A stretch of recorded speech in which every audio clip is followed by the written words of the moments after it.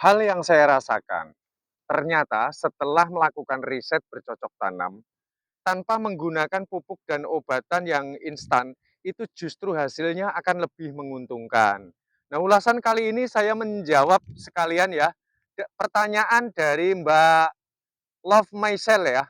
Jadi yang punya akun tersebut ini menanyakan, Bang, tolong diulas masalah media tanam jenis tanah yang cocok dan munculnya gulma sebagai pertanda apa yang cocok ditanami tanaman apa. Nah, ini nanti akan saya ulas secara detail ya.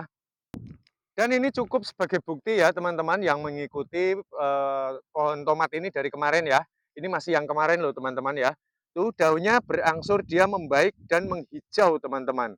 Nah, jadi bedanya dengan kita menggunakan pupuk alami ini justru semakin lama akan semakin lebih baik karena pupuk yang kita gunakan ini akan memperbarui struktur tanahnya yang kurang baik.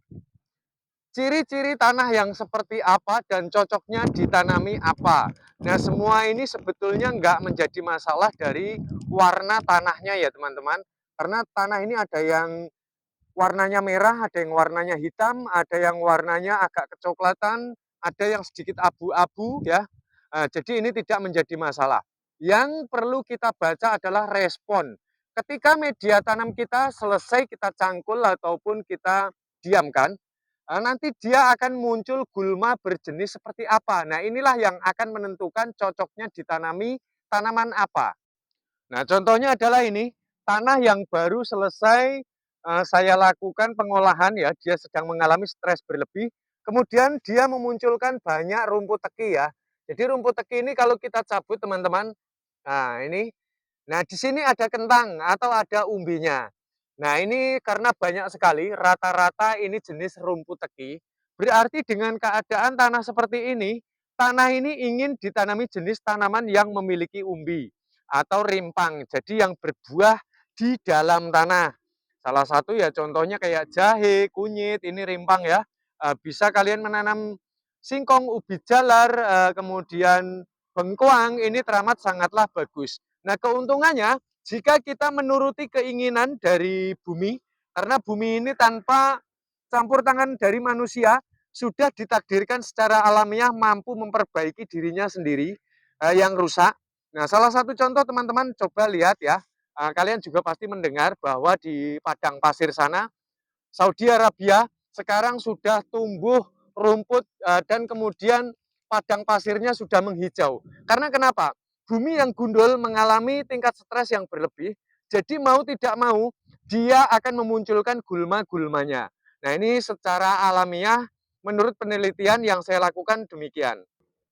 Kemudian jenis gulma yang muncul kalau jenisnya itu seperti ini ya teman-teman, lihat. Ini ada bunganya, ada biji-bijiannya, berarti sangat cocok sekali digunakan ditanami untuk tanaman yang berbuah. Bisa jagung, bisa kalian menanam tomat, menanam cabai, seperti itu ya. Dan kalau untuk daun, difokuskan seperti kangkung ataupun sawi, ini bebas kalian mau tanam di media tanam yang seperti apapun dia tetap mau. Karena hanya berfokus terhadap lebat dan kesegaran daun. Jangan meremehkan rumput ataupun gulma yang tumbuh secara alamiah di lokasi yang kita biarkan. Karena ini akan membawa dampak positif. Selain nanti dia tanahnya ini akan terhindar dari erosi ya, longsor ya teman-teman. Kalau turun hujan, kalau posisinya seperti ini dia akan longsor. Tapi dengan keberadaan gulma ini dia tidak akan longsor. Selain dari itu manfaatnya, yuk kita cermati ya. Dengan tumbuhnya gulma, yang tidak ada gulma kering ya, kemudian yang ada gulmanya, yuk kita lihat tuh. Tanahnya teksturnya dia lebih tidak rentan dengan faktor kekeringan karena daya serap yang dilakukan oleh akar ini secara otomatis dapat melindungi tanah dari kekeringan. Nah, kalau ada tanah yang nganggur, teman-teman, jangan dibiasakan untuk kering. Walaupun tidak ditanami, haruslah tetap disirami. Sebab kenapa? Mikroorganisme ataupun sejenis hewan kecil ini supaya tetap bertahan di dalamnya dan berkembang di dalamnya. Karena tumbuhan tidak akan mampu hidup secara alami tanpa hama atau tanpa bakteri tersebut atau ini dapat mempertahankan atau mengembangbiakkan jamur ya. Jadi pembusukan yang terjadi di dalam terhadap kompos organik dilakukan oleh jamur dan bakteri pengurai serta pengerat tanah. Nah inilah manfaat daripada sebuah penyiraman. Jadi yang membutuhkan nutrisi, yang membutuhkan mineral ini bukan hanya tumbuhan dan manusia, tapi binatang juga jamur yang ada di dalam tanah ini juga membutuhkan cairan. Tanah yang dibiarkan gundul terlalu lama, dia akan semakin rusak karena teksturnya akan lebih mudah untuk mengalami tingkat kekeringan. Sehingga kalau tekstur tanahnya kering, ini akan banyak sekali mengalami pemadatan. Jadi presentasenya tanah ini justru nanti akan mati daya kesuburannya ketika dibiarkan tanahnya ini mengering. Jadi inti daripada semua adalah menjaga tingkat kelembapan dari tanahnya supaya seluruh makhluk hidup yang berada di dalamnya dia tetap dapat berkembang biak. Yang berikutnya adalah memahami jenis gulma ya. Jadi gulma ini akarnya ketika gulma mati, kadang-kadang ya muncul bayam, bayam liar seperti ini ya, apapun itu.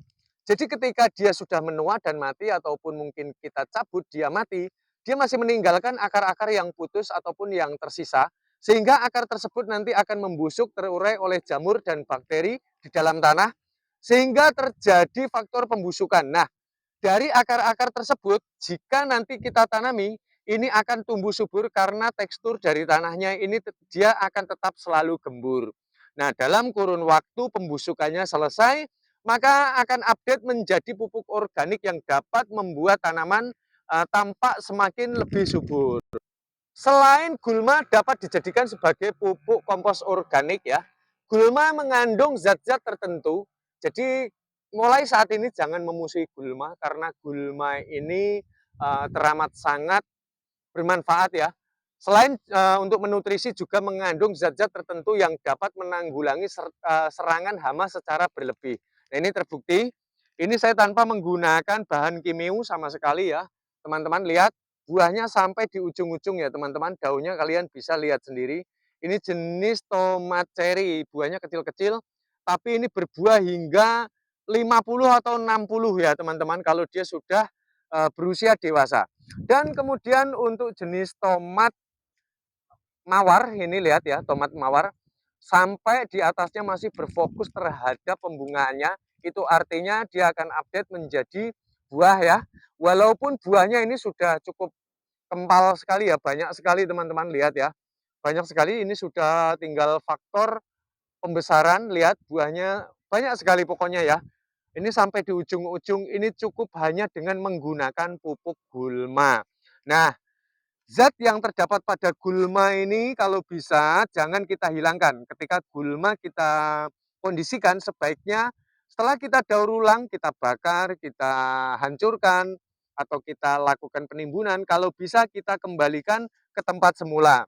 Karena keinginan dari bumi seperti itu di dalam update-nya. Supaya nanti ketika kita mau pakai untuk bercocok tanam dapat menghasilkan hasil panen yang super melimpah dengan kualitas yang lebih tinggi ya, karena tidak menggunakan yang serba instan.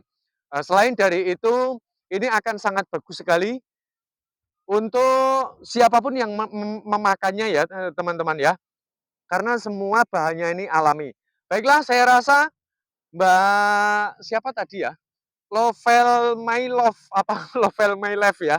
Ini sekian aja ya. Jadi Mbaknya ini bisa mempergunakan pupuk gulma ya. Jadi ketika kita kondisikan ini kita kembalikan lagi ke tempat semula supaya nanti tidak, maaf teman-teman, ini tadi apa namanya, kaki saya ini kena apa ini, batu. Jadi supaya nanti, supaya terhindar ya dari serangan hama yang terlalu berlebih. Nah, sedikit saya bisa buktikan kepada teman-teman ya, lihat binatang ini ya, ini entah semut, entah apa, dia tidak akan menyerang secara berlebih, lihat. Bahkan ini akan menciptakan unsur hara. Nah, ini terbukti bahwa di tanamannya ini dapat terkondisikan oleh kandungan-kandungan gulma yang saya gunakan. Sehingga walaupun ada hama penyerang, pasti hanya 1-2 dalam arti kata masih terkondisikan.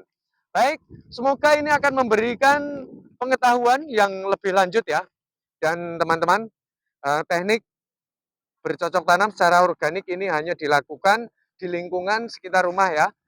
Lingkungan yang tidak terindikasi oleh pupuk-pupuk ataupun obat-obatan yang instan. Karena yang sudah terindikasi atau yang sudah tercemari dengan bahan-bahan atau kandungan tersebut ini nanti membuat mikroorganismenya ini akan semakin menghilang. Jadi kalau untuk di luaran seperti itu saya tidak berani menjamin ya, tapi kalau untuk wilayah yang terkondisikan dari bahan-bahan seperti itu saya yakin sekali pasti hasil panen nanti akan jauh lebih melimpah karena nanti hasil keuntungannya ini bersih, jadi hanya modal benih saja teman-teman.